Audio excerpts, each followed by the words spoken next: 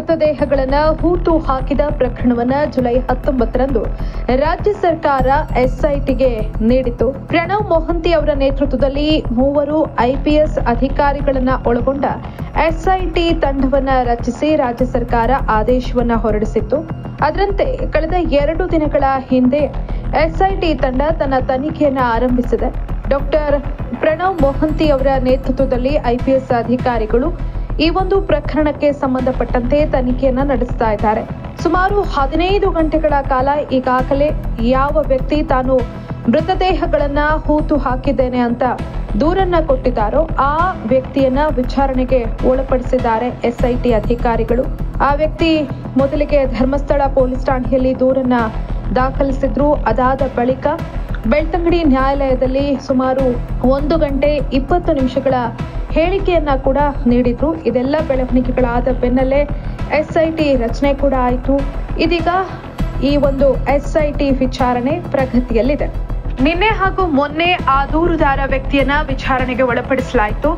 ಮೊದಲ ದಿನ ಸುಮಾರು 8 ಗಂಟೆಗಳ ಕಾಲ ಎಸ್ಐಟಿ ಅಧಿಕಾರಿಗಳು ದೂರುದಾರ ವ್ಯಕ್ತಿಯನ್ನ ಮಂಗಳೂರಿನ ಐಬಿಯಲ್ಲಿ ವಿಚಾರಣೆಗೆ ಒಳಪಡಿಸಿದ್ರು. ಅದಾದ ನಂತರ ನಿನ್ನೆ ಕೂಡ ಸುಮಾರು 7 ಗಂಟೆಗಳ ಕಾಲ ಆ ವ್ಯಕ್ತಿಯನ್ನ ವಿಚಾರಣೆಗೆ ಒಳಪಡಿಸಿದ್ದಾರೆ. ಸುಮಾರು 15 ಗಂಟೆಗಳ ಕಾಲ ಆ ದೂರುದಾರ ವ್ಯಕ್ತಿಯನ್ನ ಎಸ್ಐಟಿ ಅಧಿಕಾರಿಗಳು ವಿಚಾರಣೆಗೆ ಒಳಪಡಿಸಿದ್ದಾರೆ ಅನ್ನೋ ಮಾಹಿತಿ ಲಭ್ಯ ಆಗಿದೆ.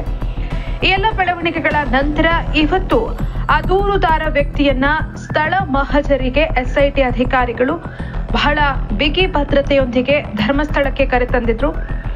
ಯಾವ ಜಾಗದಲ್ಲಿ ನಾನು ಮೃತದೇಹಗಳನ್ನ ಹೂತು ಹಾಕಿದ್ದೇನೆ ಅಂತ ಆ ವ್ಯಕ್ತಿ ಹೇಳಿದ್ದಾರೋ ಆ ಜಾಗಗಳಲ್ಲಿ ಸುಮಾರು 13 ಜಾಗಗಳನ್ನ ಇವತ್ತು ಆ ವ್ಯಕ್ತಿ ಎಸ್ಐಟಿ ಅಧಿಕಾರಿಗಳಿಗೆ ತೋರಿಸಿದ್ದಾರೆ. ಆ ಜಾಗಗಳನ್ನ ಗುರುತು ಹಾಕಲಾಗಿದೆ. ಇವತ್ತು ಮಧ್ಯಾಹ್ನ ಸುಮಾರು 1 ಗಂಟೆ ವೇಳೆಗೆ ಆ ವ್ಯಕ್ತಿಯನ್ನ ಧರ್ಮಸ್ಥಳಕ್ಕೆ ಕರ್ಕೊಂಡು ಬರಲಾಯಿತು. ಧರ್ಮಸ್ಥಳದ ಸ್ನಾನಘಟ್ಟದ ಬಳಿ ಒಂದಷ್ಟು ಸ್ಥಳಗಳಲ್ಲಿ ನಾನು ಮೃತದೇಹಗಳನ್ನ ಹೂತು ಹಾಕಿದ್ದೇನೆ ಅಂತ ಏನ್ ಆ ವ್ಯಕ್ತಿ ಹೇಳಿದ್ದಾರೋ ಆ ಸ್ಥಳಗಳನ್ನ ಇವತ್ತು ನೋಟ್ ಮಾಡಲಾಯಿತು.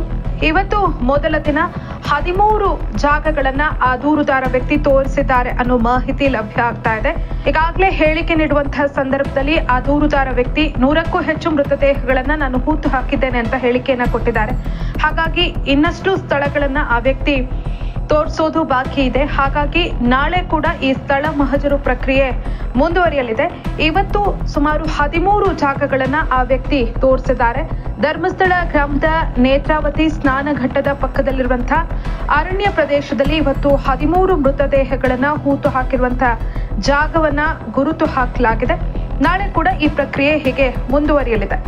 ನಿಮ್ಗೆಲ್ಲ ಗೊತ್ತೇ ಇದೆ, ಧರ್ಮಸ್ಥಳದಲ್ಲಿ ಮೃತದೇಹಗಳನ್ನ ಹೂತು ಹಾಕಿದ ಆ ಒಂದು ಪ್ರಕರಣ ಎಷ್ಟರ ಮಟ್ಟಿಗೆ ರಾಜ್ಯದಲ್ಲಿ ಸದ್ದು ಮಾಡ್ತಾ ಇದೆ ಅಂತ. ರಾಜ್ಯ ಮಾತ್ರ ಅಲ್ಲ, ವಿದೇಶಗಳಲ್ಲೂ ಕೂಡ ಈ ಒಂದು ಪ್ರಕರಣ ಸದ್ದು ಮಾಡ್ತಾ ಇದೆ.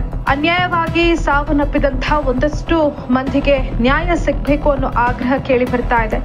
ಜೊತೆಗೆ ಈ ಒಂದು ಪ್ರಕರಣದ ಮೂಲಕ ಸೌಜನ್ಯ ಸಾವಿಗೂ ಕೂಡ ನ್ಯಾಯ ಸಿಗತ್ತೆ ಅನ್ನೋ ನಿರೀಕ್ಷೆಯಲ್ಲಿದ್ದಾರೆ ಸಾಕಷ್ಟು ಜನ. ಹಾಗಾಗಿ ಈ ಪ್ರಕರಣಕ್ಕೆ ಸಂಬಂಧಪಟ್ಟಂತೆ ರಾಜ್ಯದ ಜನ ಬಹಳಷ್ಟು ಕುತೂಹಲದಿಂದ ನೋಡ್ತಾ ಇದ್ದಾರೆ ಆಗ್ತಾ ಇರುವಂತಹ ಬೆಳವಣಿಗೆಗಳನ್ನ. ಎಸ್ಐಟಿಗೆ ವಹಿಸಬೇಕು ಅನ್ನೋ ಆಗ್ರಹ ಜೋರಾಗಿ ಕೇಳಿ ಬಂದಿತ್ತು. ಅದರ ಬೆನ್ನಲ್ಲೇ ರಾಜ್ಯ ಸರ್ಕಾರ ಪ್ರಕರಣವನ್ನ ಎಸ್ಐಟಿಗೆ ವಹಿಸಿತ್ತು. ಅದರಂತೆ ಇದೀಗ ತನಿಖೆ ಕೂಡ ಭರದಿಂದ ಸಾಗ್ತಾ ಇದೆ. ಇವತ್ತು ಒಂದಷ್ಟು ಸ್ಥಳಗಳನ್ನ ಗುರುತು ಹಾಕಲಾಗಿದೆ, ನಾಳೆ ಮತ್ತೊಂದಷ್ಟು ಸ್ಥಳಗಳನ್ನ, ಹೀಗೆ ಒಂದಷ್ಟು ದಿನಗಳು ಈ ಒಂದು ಸ್ಥಳ ಮಹಜರು ಪ್ರಕ್ರಿಯೆಗೆ ಬೇಕಾಗಬಹುದು ಅಂತ ಹೇಳಲಾಗ್ತಾ ಇದೆ. ಮೊದಲಿಗೆ ಸ್ಥಳ ಮಹಜರು ಪ್ರಕ್ರಿಯೆಯನ್ನ ಮುಗಿಸಿದ ನಂತರ ಆ ಒಂದು ಜಾಗಗಳಲ್ಲಿ ಉತ್ಖನನ ಕಾರ್ಯವನ್ನ ನಡೆಸಲಾಗುತ್ತೆ ಅನ್ನೋ ಮಾಹಿತಿ ಸದ್ಯಕ್ಕೆ ಲಭ್ಯ ಆಗ್ತಾ ಇದೆ.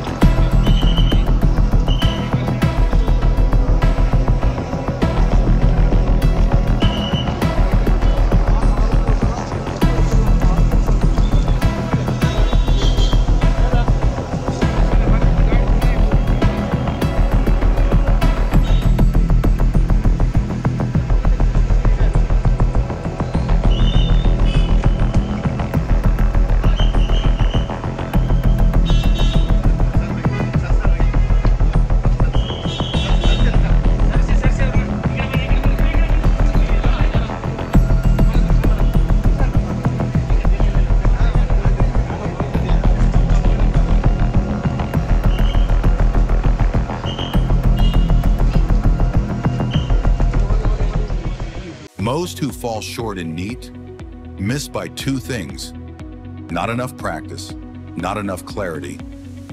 But those who return don't repeat the same mistakes.